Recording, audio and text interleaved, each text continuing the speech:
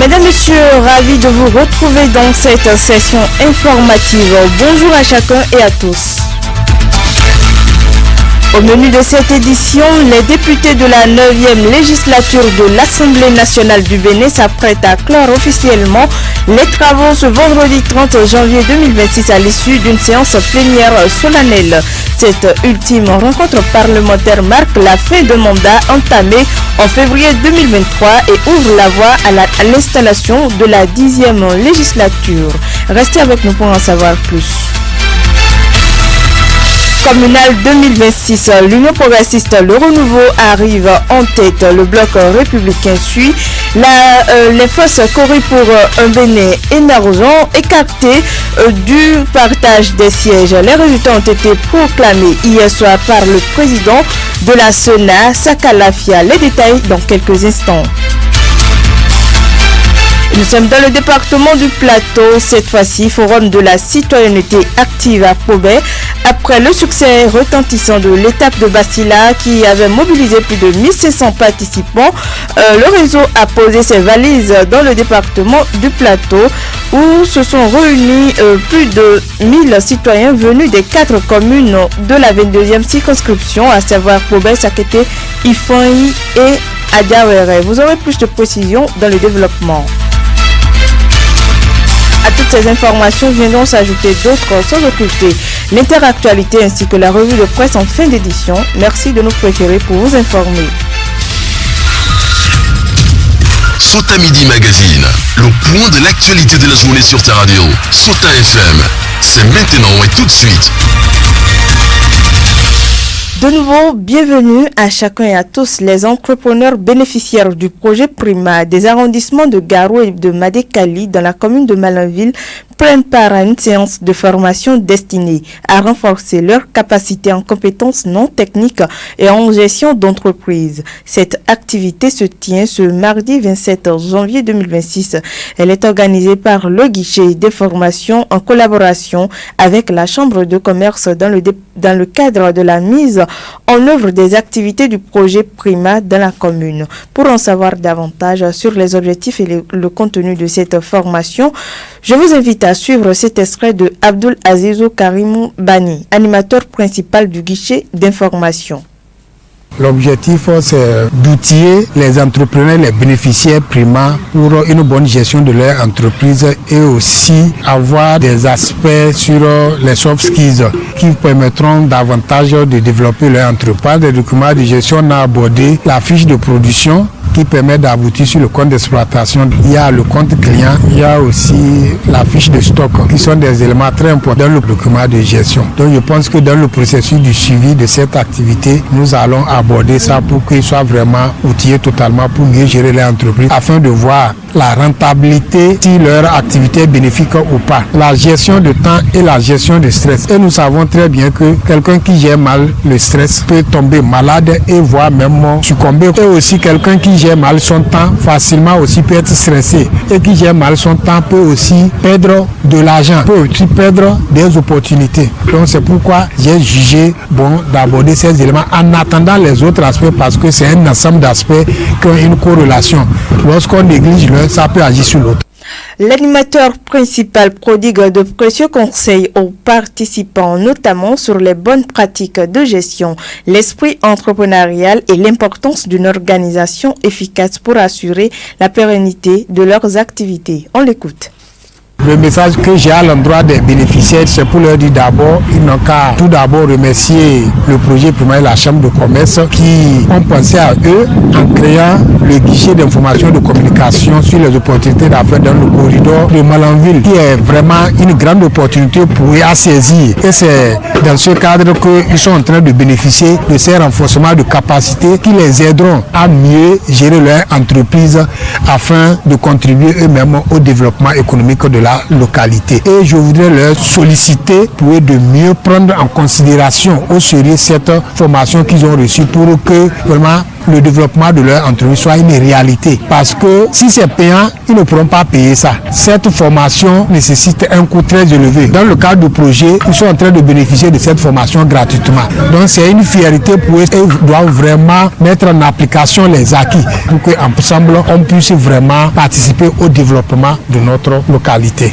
Les bénéficiaires ont profité de l'occasion pour donner leurs impressions puis exprimer leur gratitude à l'endroit du projet Prima, saluant l'initiative et l'appui apporté au développement de leurs activités. On les écoute. Je veux remercier le projet par rapport de ce que nous ne connaissons pas et nous a apprendre à connaître parce que nous travaillons sans connaître la gestion de nos travaux. On ne connaît même pas notre opportunité dans le travail parce que c'est ce jour-là qui nous a appris de faire le cahier de stock et cahier de clients. On mélange tout ensemble et il nous a montré que si tu as 3 travails là, il faut tout faire pour voir parmi les 3 là. Ce qui donne. Wallahi, je suis vraiment satisfait de cette formation organisée dans le cadre du projet Prima. Elle nous a permis de mieux comprendre comment gérer nos activités au quotidien. J'ai appris l'importance de bien planifier mes dépenses et d'épargner pour l'avenir. Les conseils reçus m'ont aidé à améliorer mon entreprise. Aujourd'hui, je me sens plus confiant en tant qu'entrepreneur. Le projet Prima vient de répondre à nos vrais besoins sur le terrain. Grâce à ce projet, nous avons désormais une nouvelle vision pour nos activités. J'invite les autres bénéficiaires à mettre en pratique ces enseignements.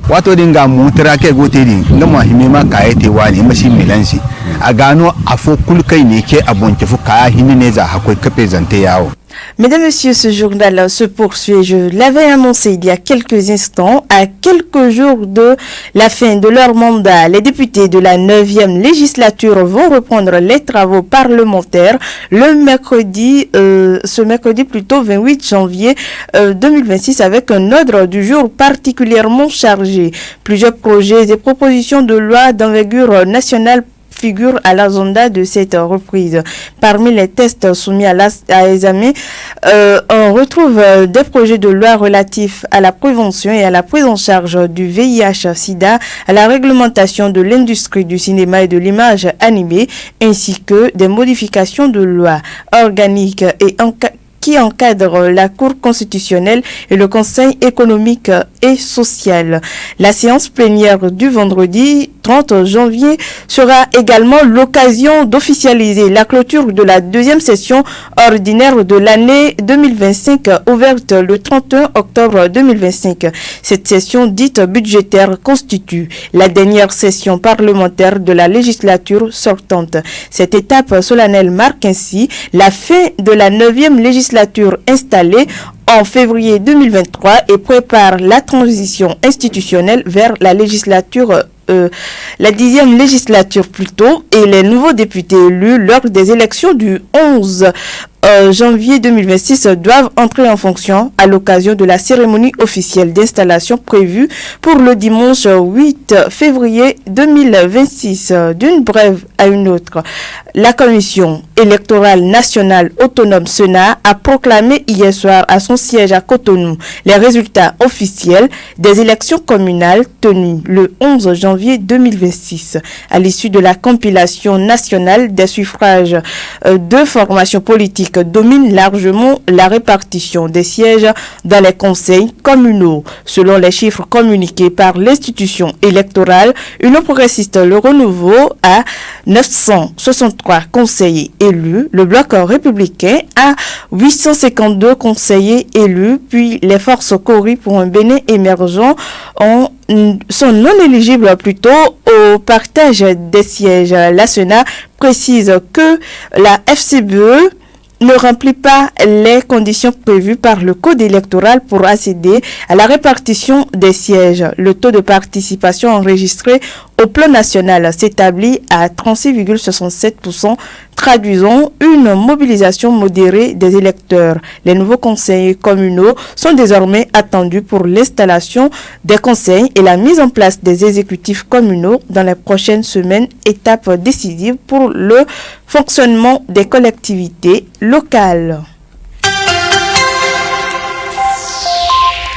Et dans cette même lancée, nous parlons des élections communales et législatives du 11 janvier dernier et après la proclamation des résultats par la Cour constitutionnelle où l'on constate un faible taux de participation de 36,74%. Les voix s'élèvent pour analyser cette situation de manque d'engouement à sortir pour voter. C'est le cas par exemple de Rigobert Orugani, acteur de la société civile, président de Social Watch Bénin, qui tente d'expliquer cette désaffection progressive des Béninois. Suivez.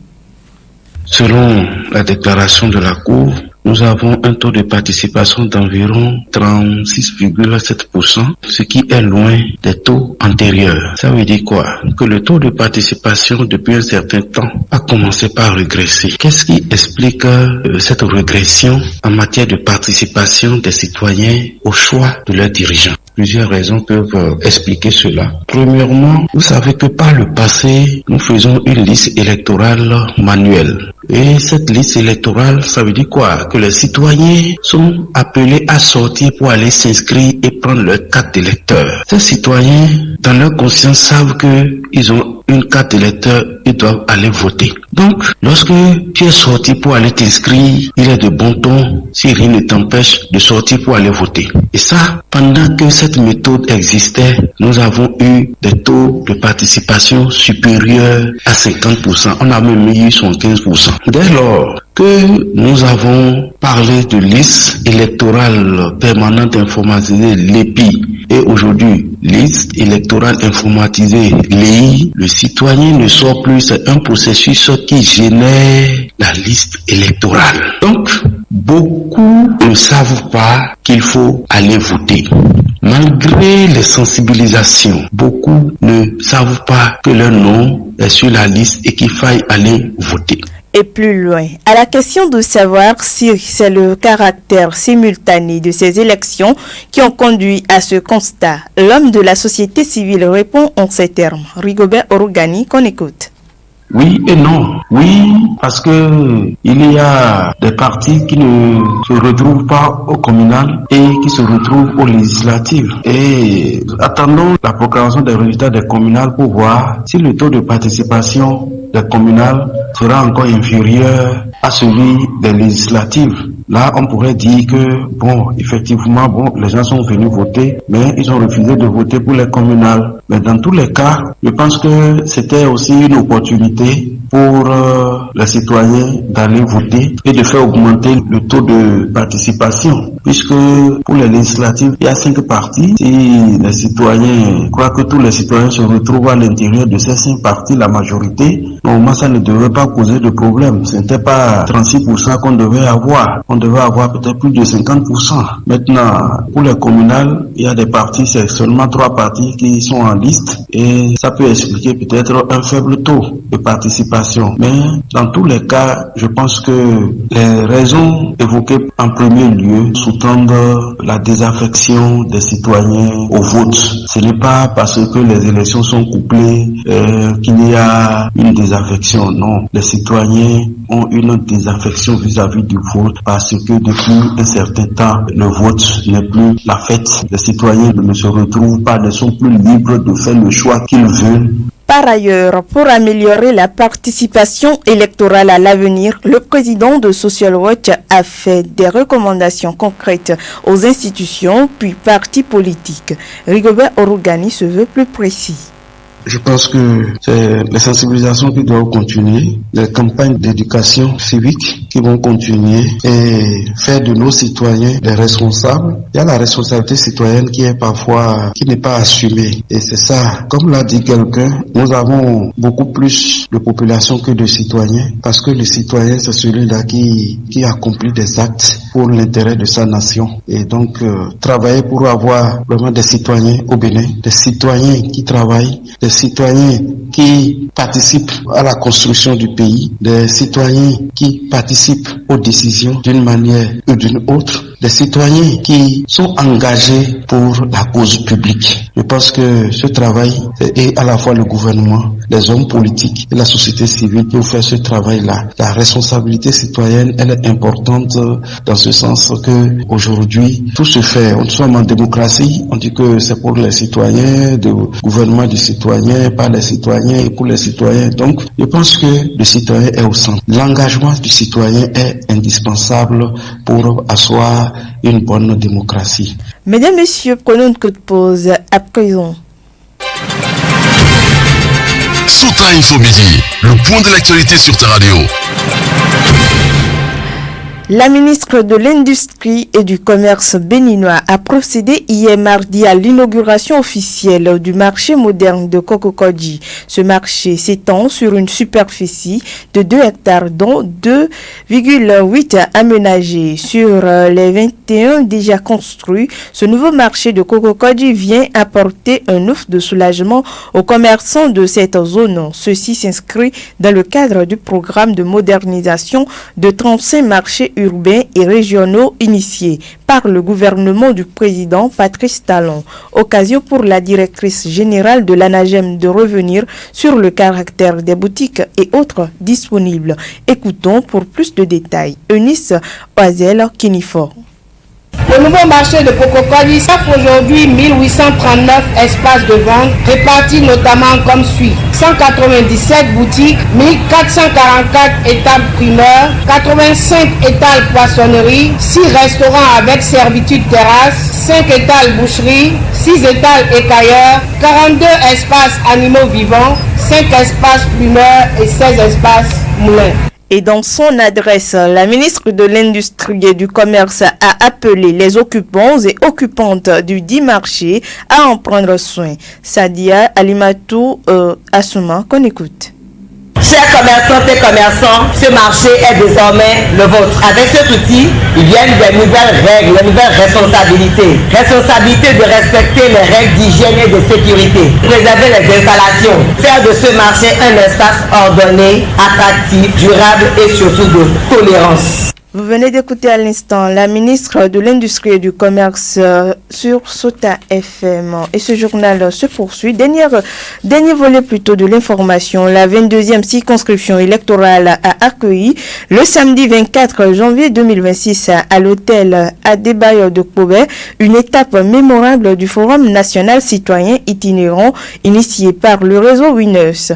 L'événement a rassemblé une foule bigarrée autour d'un idéal commun, la paix, la cohésion sociale et l'engagement citoyen en période électorale. L'arrivée du président du réseau a marqué le coup d'envoi plutôt officiel de la cérémonie dans une ambiance empreinte de ferveur et de solennité. Écoutons Marouf Diaboutouboutou, président du réseau Winners. C'est une activité itinérante. On a commencé depuis l'annonce de notre candidat, Robert Wadaï. Nous sommes une organisation de la société civile. Nous militons pour la bonne gouvernance, pour la paix et la cohésion sociale. Dans le cadre de nos activités, on a passé l'étape de Kaladi, on a passé l'étape de Barakou, on a passé l'étape de Basila. Et donc cette étape, c'est l'étape du plateau. Et on est très heureux de remarquer l'affluence que nous avons vue ici. Le message est bien passé. Notre message est comme les autres messages, la paix, la cohésion sociale, le développement. Et nous avons exhorté les uns et les autres à participer massivement aux élections lors des prochaines échéances. Nous, personnellement, au réseau Winner, on a eu à porter notre choix sur un candidat. Au nom de la bonne gouvernance, au nom du développement que nous avons remarqué depuis l'avènement du président Talon à la tête de l'État béninois. Du coup, on s'est dit, qui est-ce qui a véritablement accompagné le chef de l'État dans cette œuvre de développement? Il y a le ministre d'État, Robert Wadaï, qui fait activement partie de ces personnalités qui ont véritablement accompagné le chef de l'État dans son ambition de développer le Bénin. Le ministre d'État a été désigné candidat, nous avons porté notre choix sur lui, parce que nous faisons déjà des analyses depuis. Et nous nous sommes dit, c'est celui qu'il faut pour prendre la relève.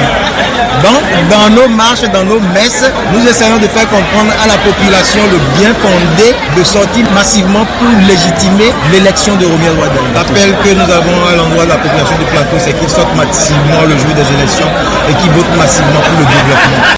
Son message fut un appel vibrant à la responsabilité collective. Dans son intervention, le président du réseau a retracé l'évolution du réseau UNES qui s'est transformé en une plateforme nationale d'engagement citoyen œuvrant pour le vivre ensemble, l'inclusion sociale et le développement participatif. Écoutons Fidèle Odou Aro. Aussi bien dans nos démarches administratives, aussi bien dans les projets que nous voulons mettre en place, il y a toujours des murs, des difficultés à affronter, mais seul, souvent, on n'y arrive pas la plupart du temps. Il suffit d'être mis en contact avec X ou Y très rapidement. Ce que nous voyons comme étant des blocages, ça se lève très rapidement. Et c'est dans cet exercice en 4 ans, nous avons fait beaucoup parce que Ivoyi, Sakete, Ketou, Adjaouane, Koubé, ils peuvent témoigner. Sauf que la plupart du temps, on le fait, non pas pour être vu, mais on le fait vraiment de la façon la plus simple. Et c'est d'ailleurs dans ce sens, cette année-ci, les écoles, quasiment dans toutes les communes, les enfants nécessiteux, ils ont eu les intelligences évoquées, ils ont eu à bénéficier des kits scolaires et également d'autres accompagnements.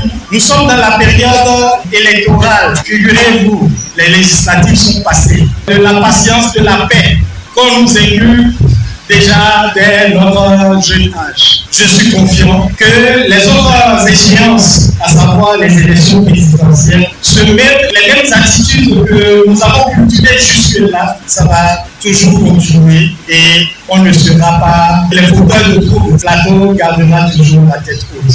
Il est déjà installé confortablement et la page Afrique, c'est avec lui, Zulkifil Olona. Et puis nous démarrons par le Niger où le Premier ministre Ali Marman Lamine Zine perd le portefeuille officiel des finances.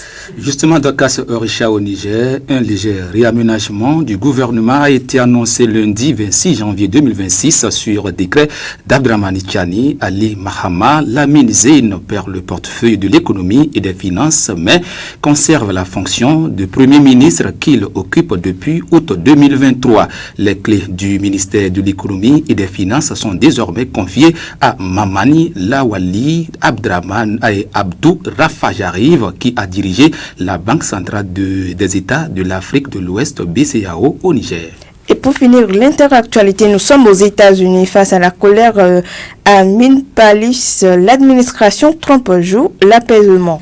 Justement, pour finir, Dokas Orisha, la colère ne retombe pas dans le Minnesota. De nouveaux rassemblements ont eu lieu lundi 26 janvier pour contester la présence de la police de l'immigration ICE dans la ville. La tension monte depuis la mort d'Alex Pretty samedi. Les autorités locales cherchent à faire baisser la tension et appellent à des manifestations pacifiques, ce qui est très majoritairement entendu par la population. Mais celle-ci ne décolère pas et exige le retrait total des agents fédéraux et la fin de l'opération contre les migrations dans la ville. Ce lundi, Donald Trump a cherché à jouer sur les deux tableaux. Merci à vous, Zulkifil Olona. À très bientôt. Derrière vous, nous installons la revue de presse de Lukman Oroucheou. Suivez la revue de presse sur Souta FM. Amis de la plume du papier, mesdames, messieurs, bonjour. Élection communale du 11 janvier 2026. Les résultats sont tombés. Principale information traitée ce mercredi. Les journaux en font les choux gras.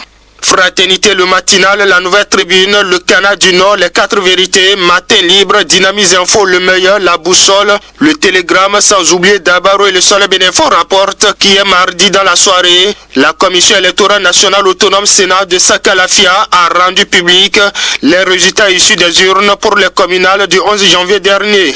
En somme, reste unanime, mes confrères, l'Union progressiste, le renouveau et le bloc républicain se partagent les sièges dans les 77 communes du Bénin.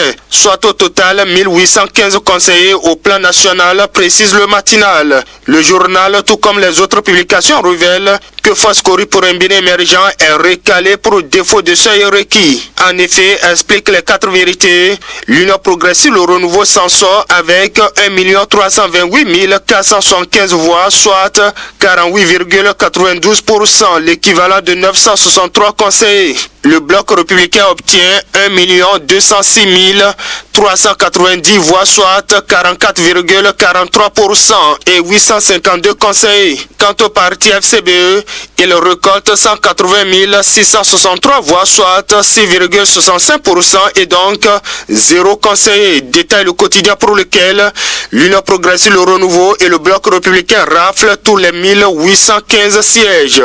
Et Foscori pour un Bénin émergent n'est pas éligible au partage de sièges, fait constater Matin Libre et les 4 vérités y voient une désillusion pour FCBE. FCBE, qui renchérit quotidien le meilleur, n'a aucun siège pour n'avoir pas atteint le seuil de 10% sur le plan national.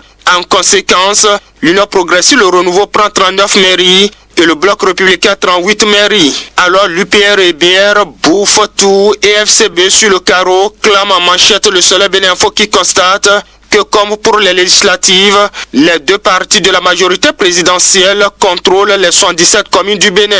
Oui, confirme aussi la boussole où l'Union progressive, le renouveau rafle 39 mairies contre 38 pour le bloc républicain. Le journal observe que le bloc républicain est resté maître de toutes les communes du Borgou. Le Paraquois n'en dira pas le contraire lorsqu'il soutient que le bloc républicain a raflé le Borgou et affirme sa suprématie dans le septentrion.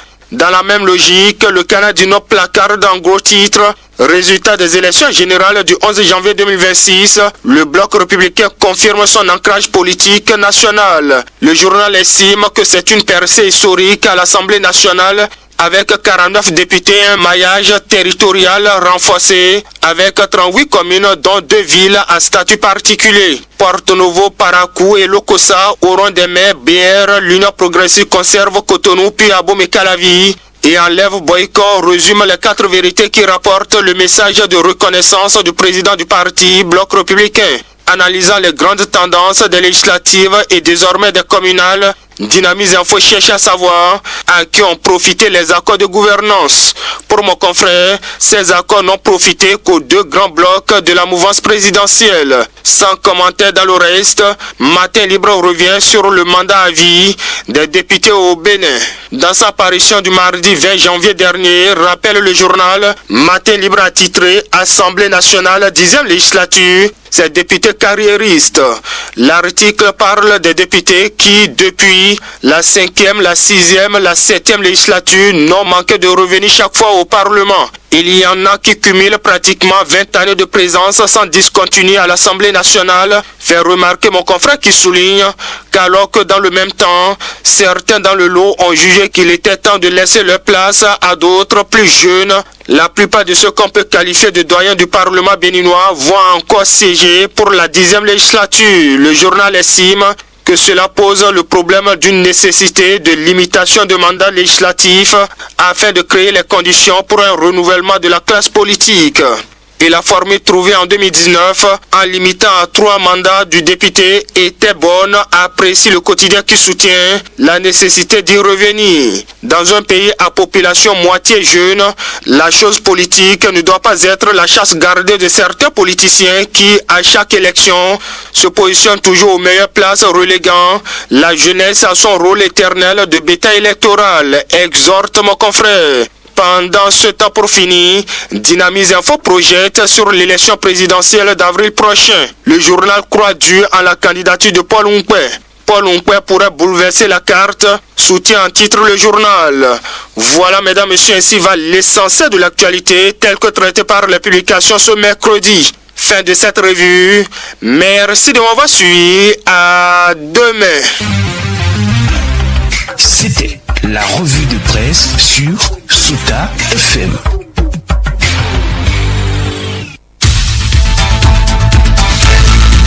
Mesdames, Messieurs, c'est ici que se referme cette session de l'information. Merci de votre fidélité. À la présentation, je suis Dorcas Orisha. J'ai bénéficié de l'accompagnement technique de Aboubakar Doko. À l'édition, Inoussa Karim. Excellente suite de journée à chacun et à tous. Sota Midi Magazine, le point de l'actualité de la journée sur ta radio. Sota FM, c'est maintenant.